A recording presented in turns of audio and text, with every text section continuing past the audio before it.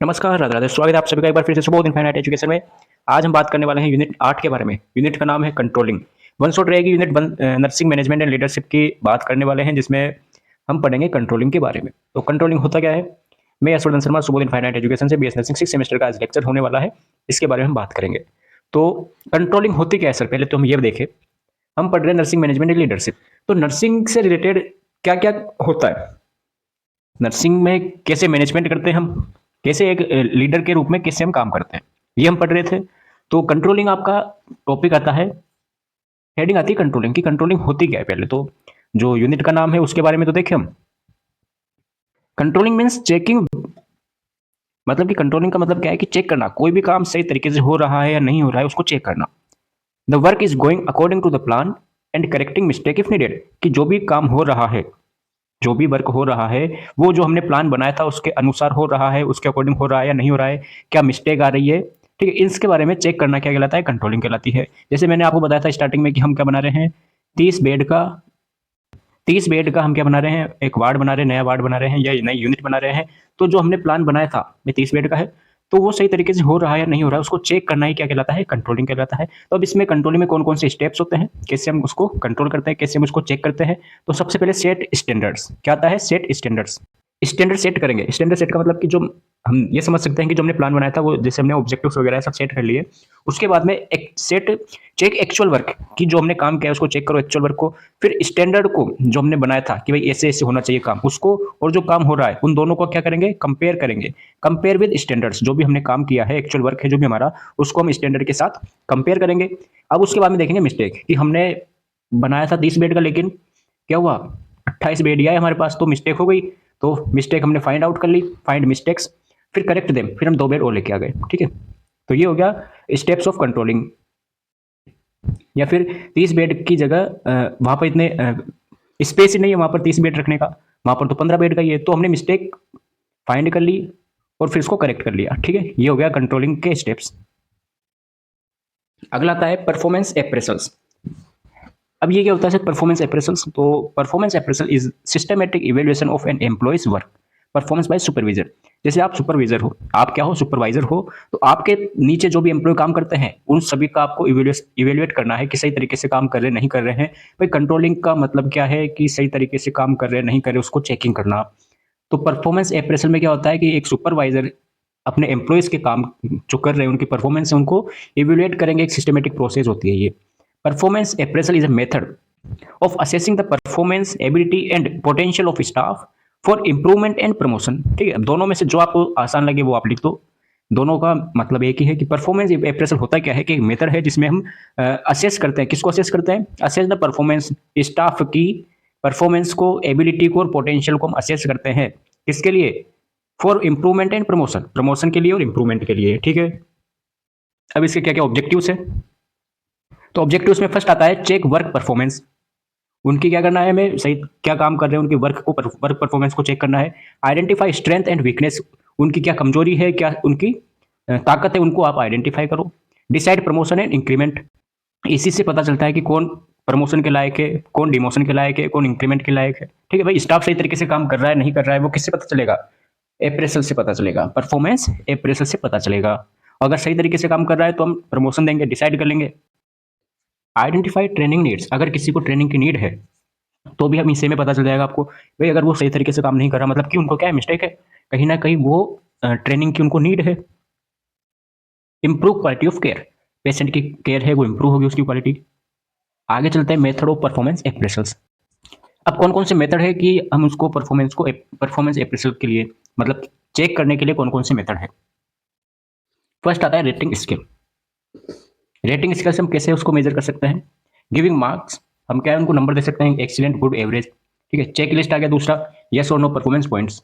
Self evaluation. इसमें employee खुद को इवेल्युएट कर सकता है कि उसका काम कैसा है।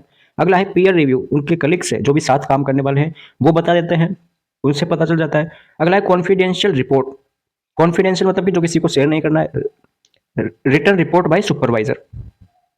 ठीक है, ये हमारे पास 5 मेथड है जिससे हम पता लगा सकते हैं अपने एम्प्लॉयज के बारे में, अपने स्टाफ्स के बारे में कि वो काम कैसे कर रहे हैं। ठीक है, नेक्स्ट आता है आपके पास, अब इसके क्या क्या एडवांटेज है, क्या क्या डिसएडवांटेज है। किसके sir?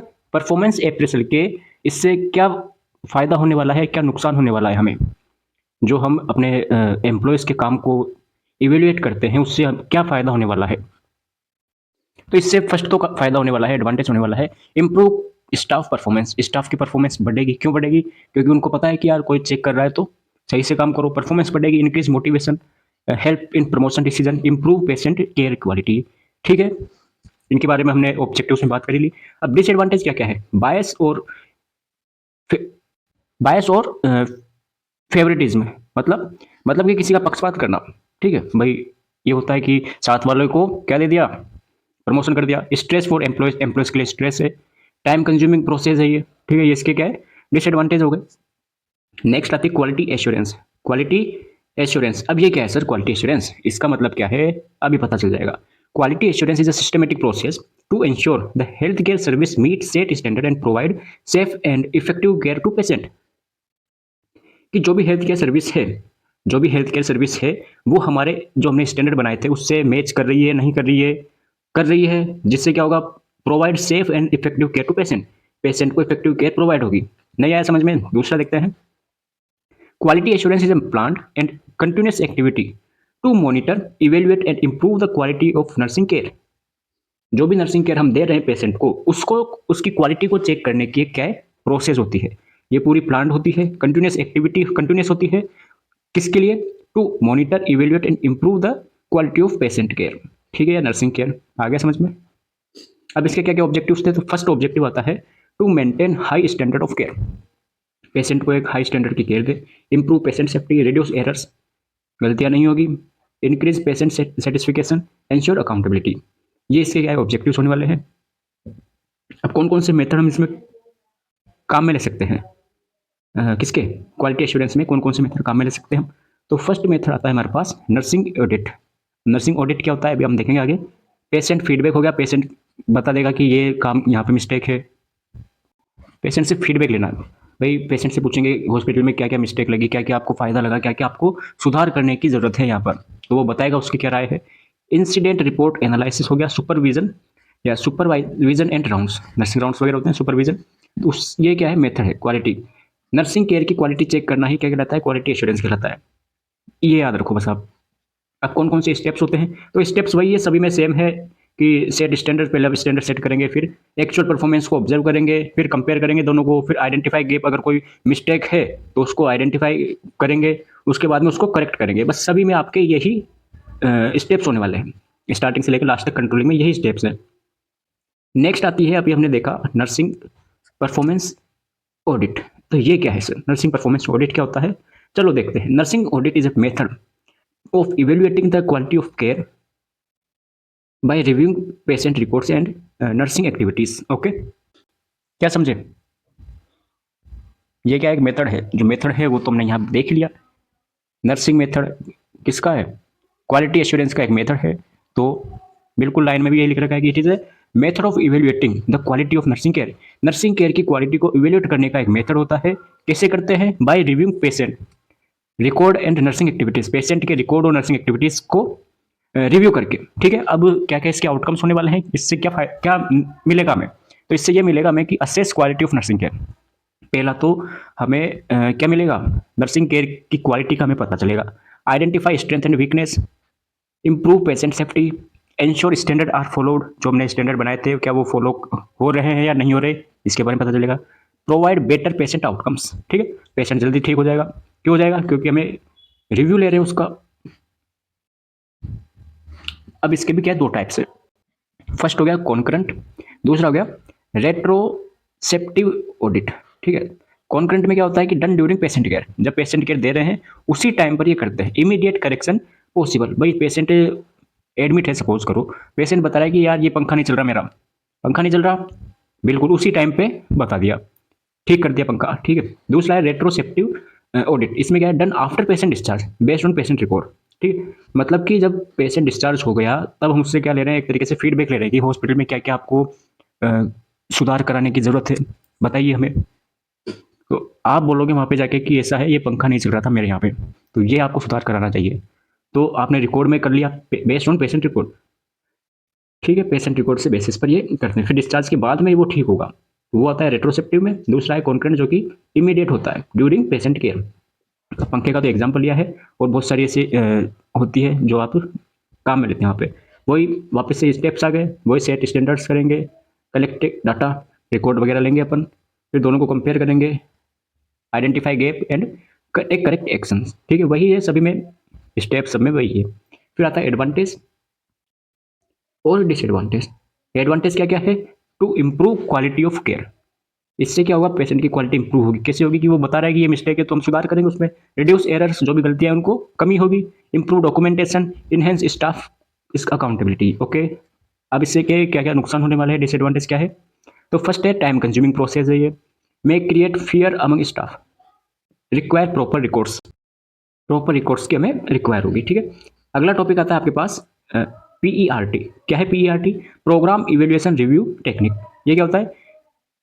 PERT is a network based technique. ये एक ऐसी टेक्निक होती है use to estimate the time required to complete a project और आइडेंटिफाई इंपॉर्टेंट एक्टिविटीज। जो भी हमने एक्टिविटीज या प्रोग्राम चलाया है, सपोज हमने मलेरिया का प्रोग्राम चलाया, ठीक है, सपोज करो मलेरिया का रोकने के लिए हमने प्रोग्राम चलाया, तो उस प्रोग्राम में कितना टाइम लगेगा वो किससे पता चलता है? PERT से पता चलता है।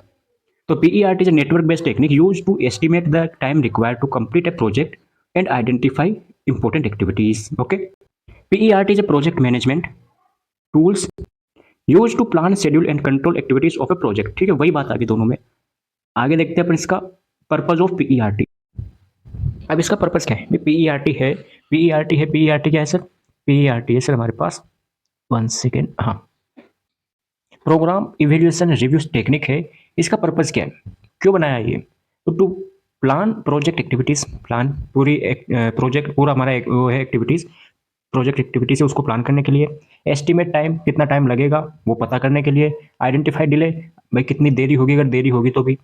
कंप्लीट प्रोजेक्ट ऑन टाइम, पूरा प्रोजेक्ट हमारा टाइम पर हो सके। भाई हमने अभी देखा मलेरिया वाला, तो यहाँ पर कोई प्रोग्राम्स भी हो सकते हैं, या फिर कोई ऑर्गेनाइजेशन, कोई कैंप हो गया, हॉस्पिटल वगैरह में होता है, कैंप हो गया, प्रोग्राम हो गया, ट्रेनिंग हो गई, तो उसके लिए कितना टाइम लगेगा उसमें, ठीक है, क्या क्या करना चाहिए हमें, कितना डिले होगा, और कंप्लीट प्रोजेक्ट में कितना टाइम लगेगा, एस्टिमेट टाइम लगेगा। यूज इन नर्सिंग, नर्सिंग में क्या यूज है इसका सर? तो वही organizing health camps, health camps को ऑर्गेनाइजिंग करने के लिए। प्लानिंग हॉस्पिटल प्रोजेक्ट्स, हॉस्पिटल के जो प्रोजेक्ट हैं उनको प्लानिंग करने के लिए। भाई सपोज करो 5 दिन इस प्रोग्राम में लगेंगे मलेरिया के में, तो क्या हमें डेंगू के लिए प्रोग्राम चलाना चाहिए? तो फिर आगे से आवाज आएगी, बिल्कुल चलाना चाहिए, क्योंकि 5 दिन इसमें लग रहे हैं, 5 दिन उसमें लग जाएंगे, हमारे पास 10 दिन का टाइम है।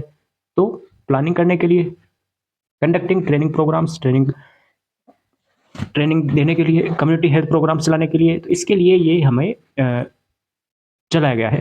अब इसका एक फॉर्मूला है, भाई इंपॉर्टेंट है ये, फॉर्मूला भी है इसका। फॉर्मूला क्या है? TE मतलब कि एक्सपेक्टेड टाइम, टाइम एक्सपेक्टेड कितना है? O plus 4M plus P divide by 6। तो इसका मतलब क्या है? O का मतलब हो गया ऑप्टिमाइज्ड टाइम, मतलब मिनिमम कितना टाइम लगेगा। ओके, M का मतलब होता है मोस्टली लाइकली टाइम, मतलब नॉर्मल टाइम कितना लगेगा, नॉर्मल टाइम कितना लगना चाहिए इसमें। और P का मतलब है मैक्सिमम टाइम। इन सबको हम 6 से डिवाइड कर देंगे, और जो टाइम आया वो क्या हो गया? एक्सपेक्टेड टाइम्स हो गया, एक्सपेक्टेड टाइम हो गया। ठीक है, तो आपको इसका कोई एग्जांपल वगैरह नहीं देना है, केवल आपको फॉर्मूला याद रखना है, और फॉर्मूला के बाद में आपको ये पॉइंट्स है भाई, इंडिकेटर्स है, वो आपको याद रखने हैं। ठीक है, आगे चलते हैं, इसके एडवांटेज क्या क्या है सर? तो फर्स्ट एडवांटेज आता है बेटर टाइम मैनेजमेंट।